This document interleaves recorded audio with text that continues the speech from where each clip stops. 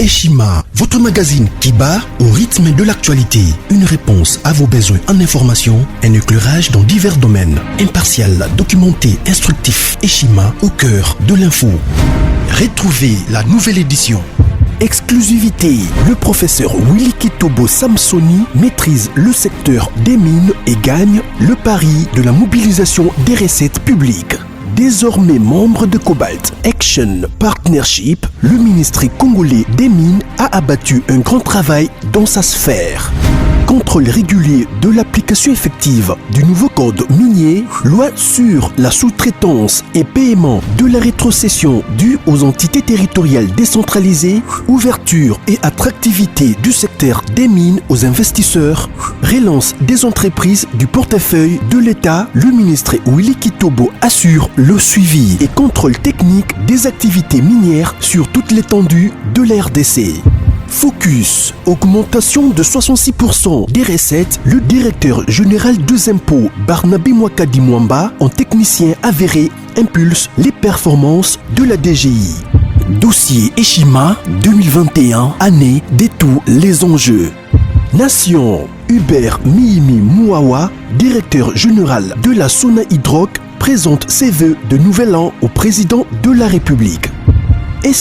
La rétrospective 2019-2020 du ministre Thomas Louaka, un mandat placé sous le thème du redressement du système éducatif du supérieur.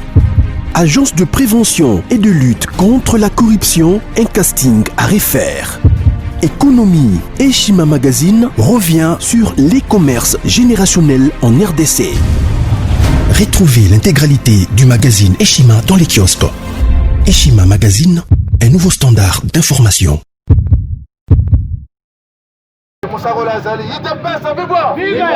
Alors, tout ça politique, alors. IDPS viva! Viva! Viva la Binezance, IDPS viva! Viva! Tombolana le Bourg Gangaba! On peut comprendre que non, politique, n'est de ce qui n'est pas. Et combien elle est? Yayambo na kopesa, merci na combattant, ces combattantes n'y surtout, oyo bazo se mobiliser, tongo nyonso tukuya awa, pour na hôtel misa base na biso awa, na niveau ya lufu na frontière, IDPS viva. Nomi bete ya na biso mo maboko makasi. Na kopesa merci na bandeko nyonso tu, ya base oyo bayambi ngai durant séjour nyonso tu, awa na Congo central, plus précisément na Lufu, na pesi bango merci. IDPS viva! Oende zalaka parce que mutu moko ndako bangisa biso, pouvoir ezali abi? IDPS viva! Parti au pouvoir viva! Tokomeka mpe kobalaye actualité politique, oyo boyebi ke non, tozo vivre oyo tobengi na lopoto session extraordinaire. Session extraordinaire ezali nini normalement? Les députés fallait bakende pour de bengi congé de vacances parlementaires. Il dépasse viva. La carte de vacances parlementaires, il fallait bakende, mais on se tenait. Il y a moi si il y a un poli. To bengi na Congo ya Janine Mabunda, Asaki Busoba, et c'est là que balongola ye ande. Akomaki boyo kelangama. On a zaka mwana nabi. Totunie na papa nini. IDPS viva. Nde babeta ki mabunda chindo. Yebe. Ande. Tombona lobuko ganaba. IDPS viva. Nasima mwana mwasi wana babengani ye ba emilie ye. Nde oyo komona que non, il fallait session extraordinaire et salama. Pourquoi les bienfaits session extraordinaire? Parce que ceux qui ont risqué des vacances, mars. Conséquence, le pays va rester sans gouvernement, le pays va rester sans bureau de l'Assemblée nationale et qu'on a un danger zani. Au monde de Tozabou, danger de sur le plan. On te bénit population parce que ce qui gouvernement est athée, moyen pour Moussalama, la moins salama. Parce que tous les ministres ont basalaka intérim, basira faire courant, moyen bazwa badécision minene eza te idps viva. Or ça fait lelo 3 mois kocomprendre que non Fachi akanga vidéo ande abengana bango parce que liboso Fachi afinaka bouton anyati oyo tobengi na kombo ya tunda yakase ndatu babengana ye ande ezalaki exemple azolakisa bango moni nde babeti ye moko ande baloso bosakani bokebi nonyo nde omonani ata bouton kobanda lelo yebaki ça fait 3 mois conseil des ministres esalamaka lisusu. Cela veut dire ilunga elukamba tikala elilingi ya pa idps viva nde omoni ntina nini bureau ya assemblée nationale esengelaki esalama idps viva bakende na cour constitutionnelle conformément à la constitution basengi ete cour constitutionnelle a prolongé mandat na bango de 1 mois afin que babimisa président ya bureau et puis batala pe bamatière mosusu boyoka ngai bien pa awa parce que biloko ata mosusu lokola elekaka na français bato so bakasake no soko olozola bafrançais toza mayele koloba français no koloba mayele te bokopanda eloko nini eleki siko na niveau ya assemblée nationale ntango basengi article 100 ya constitution na biso elobi boye bapesi rôle oyo député asalaka. Député Azawana pour nous créer, mibeko les lois, légiférer les lois et faire le contrôle ya gouvernement. Ce sont des prérogatives constitutionnelles aux députés nationaux. Oyo na oyebi que non, okokoboto la yango te. Mais ils nous disent que non, tous na session extraordinaire. Session extraordinaire et kangi musala ya député te. IDPS viva. Tango bakena na cour constitutionnelle apesi mandat na bureau d'âge eliko loba. Tango mapunda nana ni balongwe, il fallait bazwa le plus vieux na de Benjamin, cela veut dire le moins âgé mibale. Et il tomber que non, tous les 3 personnes wana bata FCC. Mais si quoi bakamati babandi ko benga bango chombo. Oh non, autorité hémorroïde. Autorité hémorroïde azolo bakeno angari ya patoka bango na kulukuta papala joli kimwaki na renaissance.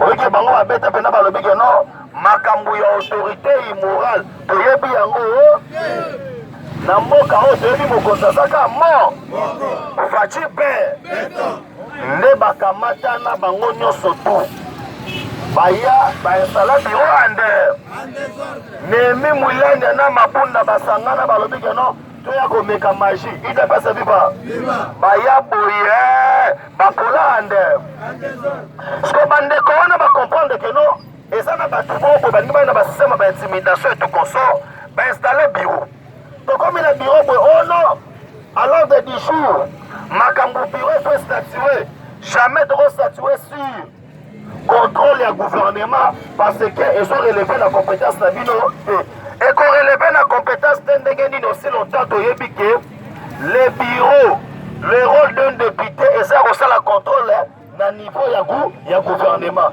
wana nyonso to mpo bayebi ke non ilunga elukamba moyebi monene idepesa viva mais boyoka kindoki ya bandeko oyo na bandi bainformation oyo eleki mokolo alobi natukesa bino ke non le président de la république ayambi Moïse Katumbi Chama Kabunda azali président ya IDPS na Jean-Pierre Bemba président ya MLC tobeta masolo nango awa okoyoka déjà mokolo alobi président de la république a participé par vidéoconférence na conférence ya baprésidium oyo tobengi ya Union africaine okoyoka masolo ndenge ebetami tokobeta masolo awa ya États-Unis d'Amérique parce que sauf imprévu mokolo ya lobi Fachi na États-Unis sikoboyoka biloko ekobeta makuna ande kaka na niveau diplomatie wana lobi Bemba na Katumbi baye balobi Fachi yokela bisoma makambo ya bana mike so bazobunda tolandaka yango yoza papa yokela bisoma bayokela bango mapokwa boyokaki bato mobo bayaki ote biso ensemble oyo biso boye tosala cahier de charge Moïse Katumbi ayaka mbangu tasali ne ayebisi bango ke bino bozomona teke Fachi ayokeli bisoma bosoba bozolinga bobanda wana boyebe ebele boza bando no moni Moïse Katumbi asexplique lobi à part wana Moïse Katumbi abengi banotable nyonso tu ya Grand Katanga soto koyeba basololi nini abengi banotable ya Grand Katanga ayebisi bango ke tosala erreur ya liboso ya koboma ndeko na biso musée na kopesa ye na maboko mpo barwandais mais cette fois-ci parce que kala mingi te Edi Kapen akotisa oyo tobengi badossier judiciaire oyo ekosala sorte ke bazongisa procès ya musée toyeba banau wa musée akufa ndenge nini idepesa viva esengeli communauté katangese nyonso tu bazala bomoko bazala eloko moko et permettre bango baluka bayeba liwa ya yango lobi Moïse Katumbi alobi faci tondimeleka lokola mokonzi mpo mobikisi wako chilombo yokela bisoma Jean-Marc Kabound zoka tozoka teyoka Jean-Marc Kabound wana makambo na bino na faci beto yebo IDPS viva soki ya ndimi ndenga mpe na ndimi IDPS viva yaya mikolo faci charisme owa IDPS viva oyebike jibe mpe nako akosa IDPS viva jibe mpe nakosa faci ba charisme ebele faci be bakotuna mbula alobi batuna me makoloba nini politique komele oboy facho sa mokilina oboy facho kiango atoki angola so oyebiso ke facho sa moko ya union africaine okotuna nzambe alobi na tindi mobiki fachibe oboy facho melisha okelife oboy facho landi madilusi osaba système ebe IDPS viva bato pouvoir viva awa na yebisi yo keto okokomprendre ke awa esko politique na meme on a niveau ya likolo c'est-à-dire quoi faci akutani na bahati lukoboba alobi boye l'informateur peut devenir aussi le premier ministre cela veut dire boyo karabino pasi te soki bahati lukoba komi premier ministre IDPS viva les frères bahati soko premier ministre osala defi ozala nini Kabila se sous-estima ye Jean-Paul azali akoyebisa bino ke na box so moto amonaki opamba so mokolo okutana moto wana na ring olingo olakiseke no tika natangisa yo biloko oyo yo bando bakenga naza nango te ozwi siko moto wana siko public siko peuple congolais ezobeta siko bahati bomaye IDPS viva wana siko bazalake no boma kabi IDPS viva akoboma ye ndenge nini naloba te soki aza nommé premier ministre elingi olobake no akokopesa instruction na ministre ya justice alobi bomokamba te nano ande IDPS viva nde toyesaki bino keno kala mingi te Kabila bazokonjugele les verbes omukwa yebe kanga yande longole mande yango ye moko milongole deja mande IDPS viva Kabila komo melongola mwana mu eloko sele Kabila erreur alati di forme ande achesaki na muko oyo nazokende klase ande baese baekole mikolo eza ya koka IDPS viva yaya akosala opposition kole Kabila alingaki opposition te totindiki opposition na maka IDPS viva me bino bolingi opposition te mpo na nini pendant 18 ans oyoka makambo oyo soki bato na kati opposition ya faci echange na ntango afaci so bakangi oposa basombele na koyande yango martin fayo basombelaki 3 corps ameli boyoko bakisaka mibale mosusu bosombela wana pine na ngai ya mutu IDPS viva bazosala opposition fia ipiende IDPS viva kaka na information lobi IGF inspection générale ya finance bakitaka na lwala bate basali nini ntango bakomi wana boye Richard Muyege aza te batuni yoka vice ministre vice gouverneur ayambi bango bayebisi ye boye toye kosala contrôle sikoyo Muyege aza te yaya contrôle wana est ce que Muyege akobika sikoyo Muyege a se trouvé en Afrique du Sud. Oh non, en Afrique du Sud, à Zobel, il te pèse vivant. Il y a trouvé ma maladie au Zobel, il te pèse vivant. So, parce que si on contrôle le pays, chef, ceux qui mouillent, ceux qui vont Moukama, il te pèse vivant. Parce que la dame vice-gouverneur, voilà, à cause de la réunion sacrée. Même Morala Fachibe. Parce que biloko nyonso to mouillé jaïba. Mwana mwasi wana akopesa hii chef. Alakisi bango document yango. Ah, mouillé jaïba ye moko te. Ayiba na Joseph Kabila. IDPS viva. Ndebo mona Kabila zo ngaki mambango akota Tanzanie to Zambie umukama. Baibi se zonga na nwande. IDPS viva. Parce que on comprend que no ba jeune ya Katanga lobi na avenue Kasavubu. Na révolution balandi Kabila na mabanga pona nini banda Kabila komi na Katanga insécurité komi makasi poye babilemo ya Kabila tikali so pendant 18 ans na Congo toyebaki kuluna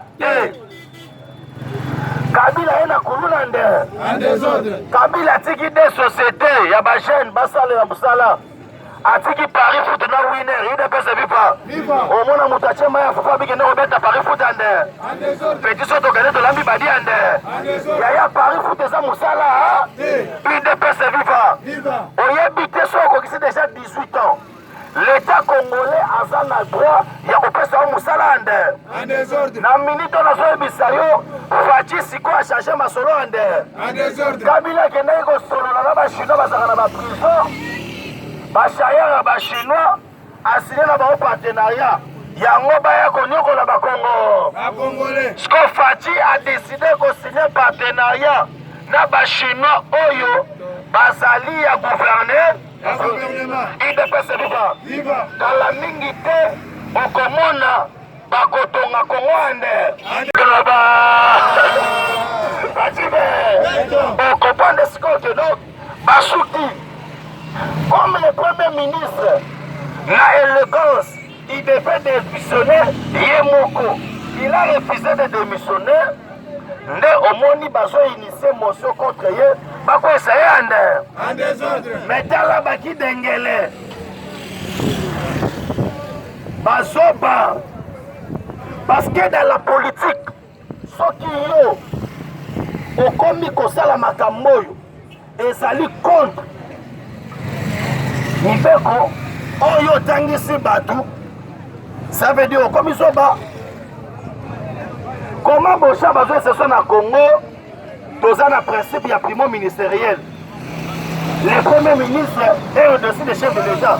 Moi, c'est comme ils sont bas. Les chefs de l'État, Manomakae na suffrage direct, et pas la biso à peuple. Les premiers ministres, banomaka na ordonnance papa na ngai ata kutu naza na ata na yoko ese na bengi mwana première primaire muto ozo nome na muto bazo vote muto oyo bazo nome aleka muto bazo vote ça pas de sens mais babengani ye sikoyo awa na sobisa yo moso eza wana mpona kodestitue ye. Après la semaine, qu'est-ce qui va se passer? Bandeko wana va s'arranger, va sali motion pour quoi sa bureau d'âge. Bandeko nangai, bako quoi sa bureau d'âge ndenge nini existera te. So quoi ce bureau d'âge, on admet que quoi ce bureau d'âge. Boko remplacer pas banane, parce que la loi ne prévoit pas ça. So quoi ici bureau d'âge. Cela veut dire Assemblée nationale va acquiser na haute trahison. Ou soit le chef de l'État sera obligé de dissoudre l'Assemblée nationale. Parce que le bureau d'âge est la mission Yakosala Otobengi. Transition pour ça la faute. Yakobi sa bureau de définitif. Il dépasse vivant. Oh, tu es quitté. La mère mène de l'eau à Sansi Basekrenyo. Alors, Biboye Bakeno, Naï la mère mène de Omala la mère. Il ne peut se vivre. Si Kanaye Bissol le mène dans l'eau, et sa stratégie à Kabila pour la sorte que ta ebanda kokende bayina faci ande UDPS viva ne omoni mokolo alobi wisi ya Assemblée nationale ça veut dire administratif oyo bazwaki pétition wana mokolo alobi barécupere bango bekola bino bokozwa document boreceptionne yango ndenge nini parce que le bureau d'âge bokoko initie pétition likolo na bango ale nazo biso awa dans les heures qui suivent awa bazo déposer ilukamba moso ande soki badéposele moso balobi ilukambolo oke na mai UDPS viva ala traité atikala yebisa yo Mende a expliqué makambo ebele Lambert Mende ke plilo ebisi faci boye ebele bazoyana union sacré bazabandu bazabambumepo alobi faci kosangisa biso na bango kabola UDPS viva alobi na gouvernement kotia bango po mission na bango kabila tindi bango ande yango eloko ya liboso Vemampi seka kombo na yo Vemampi akomi yango yebake mpo na yo gouvernement okokota UDPS viva tozoyebisa bino ke bayi mboka gouvernement ya union sacré eza na mission kaka moko se ya kogarantir projet oyo Papa Tshisekedi atika le peuple d'abord bayaka jamais na kati ya koadere na vision ya moto na cahier de charge ozoka bayaka jamais koadere na eloko ya moto na cahier de charge soki oyo koadere na eloko ya motu okondima makambo moto na koloba eza lokola yo kefutela loponga motu onanga na ye kofutela me na ye na makambo na nga te okokuta mokolo lupango na bakondisio na soki alobi keno awa babotaka bana misato te soki omibotela mibale obombika miba oyebi ke so na koyo na misato na longwa nde eza bakondisio na moko to bongo te koyo oyala kati ya union sacré te nga na ebotyaka premier ministre bakotyaka premier ministre ozalaka mpe deja onatro oyiba combien siko na onatro oyiba tyo so premier ministre ozana kindo siko biso benjamin mwana sula tokosala mokoloni UDPS viva po baministre wana baleki na bango ngai UDPS viva yo mpe ndenge oza bakotya ministre ande papa kaka bino kozala baministre nde balobi ke na kati ya union sacré makambo welela lobi Jean-Pierre Bemba Moïse Katumbi na Jean Makabou epa Faci bakome pa Faci il faut comprendre loko moko avant na koma na diplomatie Faci akende États-Unis d'Amérique après États-Unis azokende Israël ake Chine na nsima nango azongi ande ayesko kofanda oyo nde moto kope nazokende kuna kokofanda parce que masolo eza telema ebele na bandi kosokole yaya yo apa motema mabe yango omoni fayolo elongi ekomi likolo ya motema yaya makambo mosusu eza makambo ya nzambe parce ke bokonzi afaci ute mpo ya nzambe okosala opposition okole UDPS viva yaya na susa kotambola na tapi rouge okomidiembi otoli felwande yebe UDPS viva yana oloba mabe solo oloba mabe webisika na solo ba mabe UDPS viva Faci pouvoir viva yaya sala na esengo parce que mokonzi ozokumisa Faci beto ute mpo ya nzambe UDPS viva vous allez comprendre maintenant comment la politique ebetama na obetama solo awa mo ebele me botikanga na banda UDPS viva Dala bandoki UDPS viva mokolo deja ya lobi oyo topendi président Moso oyo azali président ya bureau d'âge ya Assemblée nationale alobi boye ke botika na bino kobundisa biso Faci aza président wana nga te maloba na ye alobi ke Faci aza président moko auti mpo ya nzambe yaya babenganga pièce contre pièce tika natangela bino ngo na français ande Yo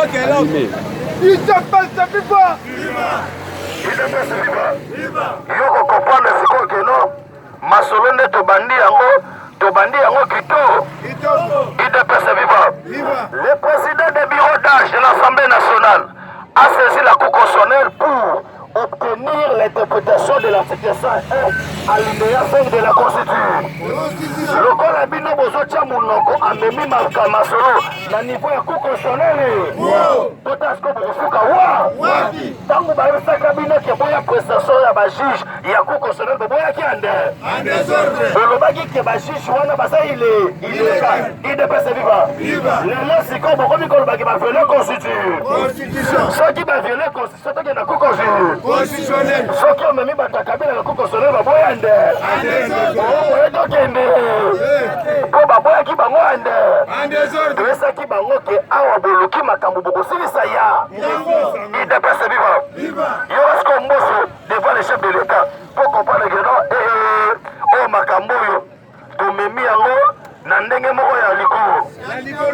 Le représentant du chef de l'État Yannick Lutumba, le président du bureau d'âge de l'Assemblée nationale, Christophe Mbosso Kodia, déclare que Dieu a donné la responsabilité à Félix Tshisekedi Tshilombo de construire le pays là où Kabila a détruit.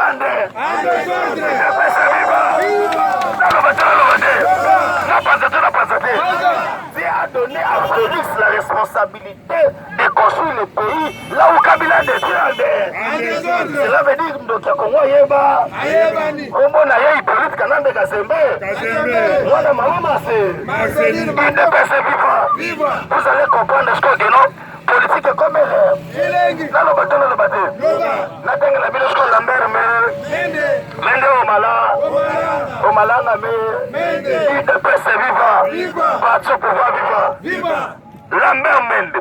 J'ai décidé de quitter l'FCC car Joseph Kabila étant un mauvais leader, il a été incapable de diriger l'FCC. Tout ce qui s'est passé à l'FCC, Kabila ne comprenait ça pas. Cela veut dire que le FCC, Kabila va nous réguler.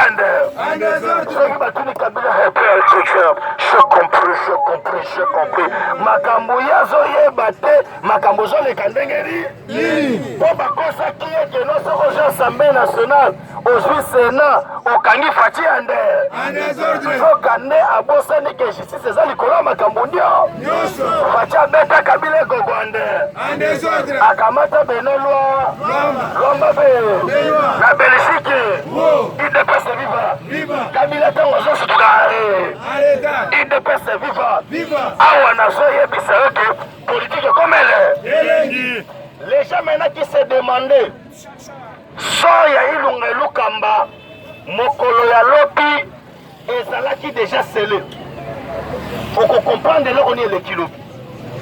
Mokolo ya lobi bandeko nanga bandimi ko signer pétition pour balongola un indiscipliné, un mal éduqué politique, un mal instruit. Ilunga ilukamba parce que Tipuana na busoba na ye comme ye alingaki toujours humiliation. Botika ya subir humiliation. IDPS viva. A subir humiliation ndenge nini? Le chef de l'État a bengi saki parce que notre constitution est claire. C'est le président de la République qui nomme le premier ministre. Ce n'est pas le premier ministre qui nomme le chef de l'État. Il y a un moment la constitution na biso mutu oyo asalaka eloko tobengi na kombo ya ordonnance to mutu oyo animaka conseil des ministres au président Kayango, c'est le chef de l'État. Le chef de l'État peut ne mutu apesaka l'ordre du jour pour solola nini. Ce qui a l'obité, moi, un conseil de ministre Salama. Parce que tout qui n'a régime semi-présidentiel, mais le régime semi-présidentiel, la biso, on avait pris tous les pouvoirs dans la constitution, Bapé Saka Yango na Joseph Kabila. On a bango babanda ko boule que non Kabila ko umela seko na seko. Maintenant basui otobengi constitution wana facha zongo en désordre. Alobi nga na kosala eloko mosusu te mais ngai na korespecte ka constitution. No monique ekomeli bango ngai bazoyeba te ke tosala nini soki olobi ke baviole constitution esengeli efunda na cour constitutionnelle mais la cour constitutionnelle alango oyokanga bandeko na nga la seule personne oyo akokoakise chef de l'état de haute trahison qu'il a violé la constitution, c'est le procureur général près de la haute cour constitutionnelle. Or, le procureur général près de la haute cour constitutionnelle, le chef de l'État, Fachi Beton, a voulu qu'on nomme Ander. C'est quoi le combo ya type on a sorti le kango kaka yo moko le Ander. Parce que combo ya type on a mwambila mukonta. Il dépêche sa viva. On sait qu'il déjà combo ya type on a kokesha bilobo. Il dépêche sa viva. Parce que kokesha bilobo on a yo rolé. Soto est la document pas na ya besa kindo. Kindo bika. Alors Fachi n'a pas violé la constitution. On retourne à Moulou. Moulou alobi tuna même akoganga nini politique ekobitile naloba te namoni bwana sena tikina naloba te ine pese viva yaya moto azala mangwele tombola loboko akanga ba namoni bato mosusu na ngambo bazala mangwele aye batombola soko omoni moto azobanga kotombola azanga mangwele tombola na loboko akanga ba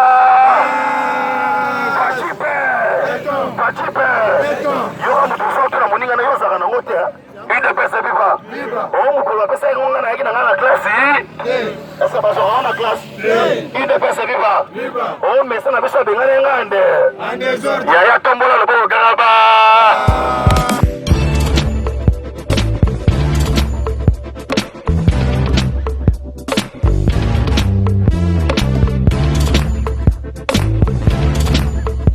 Conteneur yango todo sala adi londolé Feli Mosengo Feli todo sala conteneur ba voiture todo tina na Kisasa ba carton ezo kine Kinshasa et en plus la bonne chose voiture na yo ko tina na Kisasa te prends pas la tête yela bisongo charger biloko na yo te relivrer à domicile sans un bon oteki to c'est parti.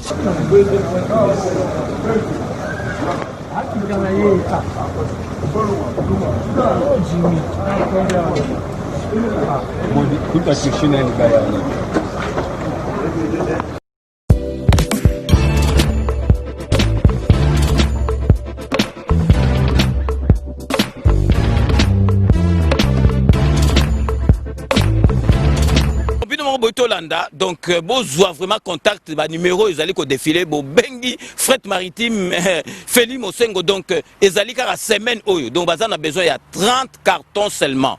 Donc, il y a 3 cartons, moi que vous allez au filet, et qui, kilo, vous allez compter, vraiment, besoin contact, vraiment, il faut consommer congolais, ceux qui congolais, ça les locaux, aider, tout le monde, chinois, vraiment, ils allaient, ma lame ou mingi.